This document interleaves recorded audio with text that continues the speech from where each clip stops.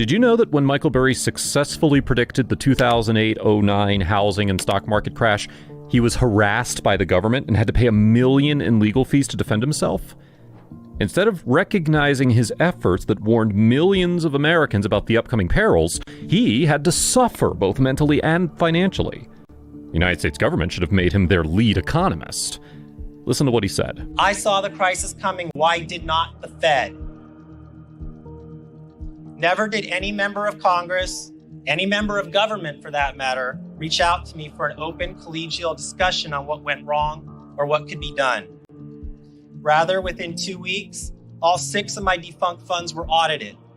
The Congressional Financial Crisis Inquiry Commission demanded all my emails and lists of people with whom I had conversed going back to 2003. And a little later, the FBI showed up. $1 million in legal and accounting costs and thousands of hours of time wasted, all because I asked questions. It seemed they would pump me at gunpoint or not at all. Well, today I'm getting the same feelings. No one's listening to what Michael Burry is warning about. U.S. and global economy is facing a great peril again. Doesn't matter if all the economists agree or not on whether the U.S. economy is going into recession or not, but one thing is certain, and that is that the economy and stock market is making no sense at all and is screwed for the foreseeable future. The negative, or in some cases zero, growth in corporate earnings is making a global recession increasingly more likely. Even J.P. Morgan recently warned that the market can even fall further another 20% from the current levels. With recent sideways volatile movement, stock prices have started to behave in an unpredictable manner, going down sharply some days and then rallying the very next day. While everyone seems confused about recession, stagflation, hyperinflation, or crash, Dr. Michael Burry is once again standing out with his latest clear-cut prediction. Being a contrarian, he saw the subprime crisis coming before anyone else. Now, Michael Burry has been arguing that the inflation will get even worse from here and will erase all the market gains that people might have made in the last several years. And surprisingly, this is just the beginning. There is no end or bottom in sight. Let's talk about what's going on right now, why the stock market is experiencing a sell-off, and what's the latest warning Michael Burry pointed out. Looking at the current trading environment, Michael Burry warned investors that they shouldn't get their hopes up about any rallies in the ending winter quarter, as there are likely to be brief respites that won't result in a market recovery. Market rally refers to the increase of the stock market at least 5% in the middle of downtrends. During a bear market, it's a common practice. The bear market between 1901 and 2015 spawned at least one 5% rally. Rallies of 10% or even more interrupted 2/3 of the 21 bear markets over that time span. Now, given the current scenario, it's evident that history is repeating itself. It can also be seen that the deeper the decline, the harder the rebound will be.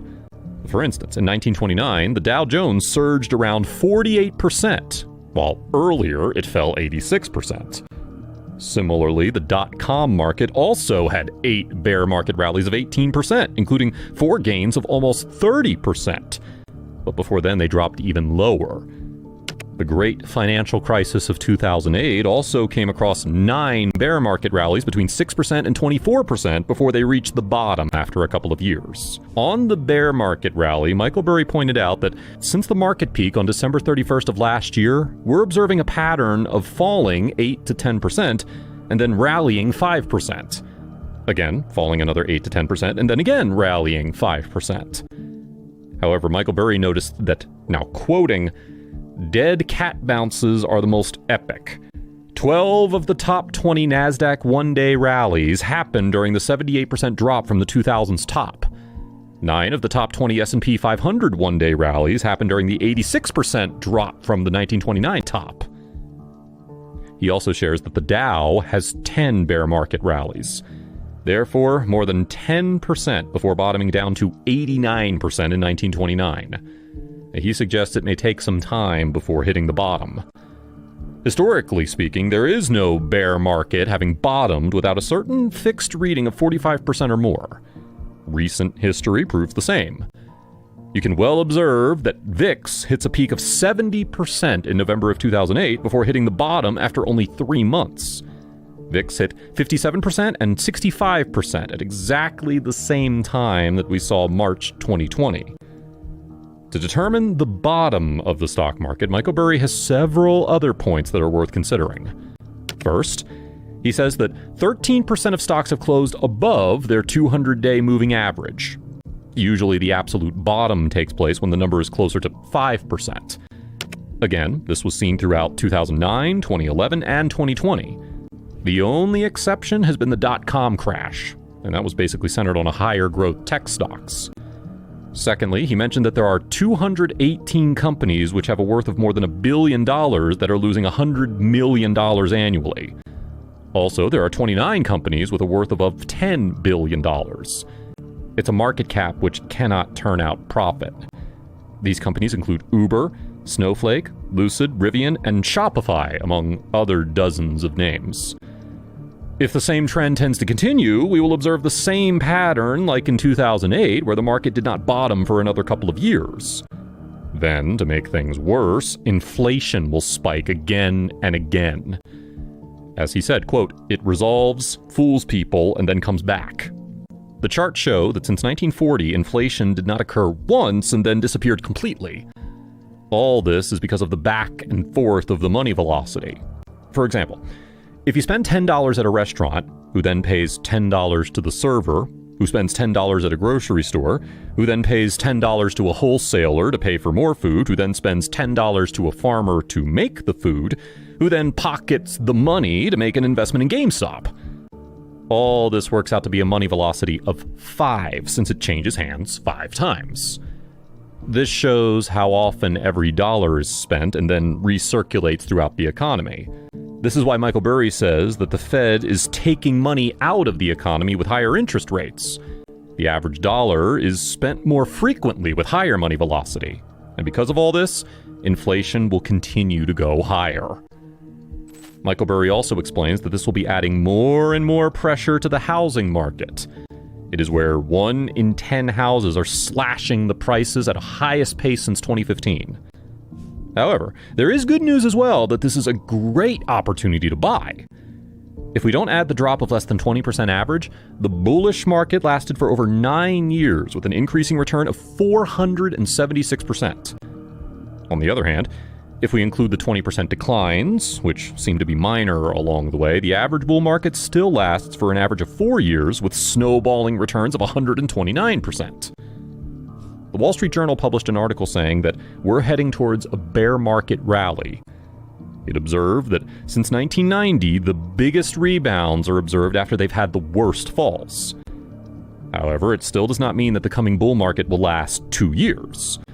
This is because if we go back in history, since 1940, the shortest bull market was just after the dot-com crash. This was the point where the market spiked up to 21% over 3.5 months before it declined 34% over an upcoming 9 months.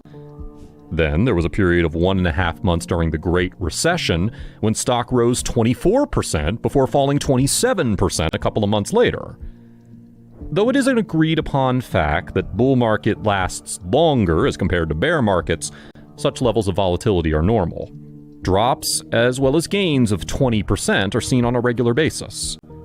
It's also seen that during the bear market, stocks lose up to 36%, while gaining 114% during a bull market.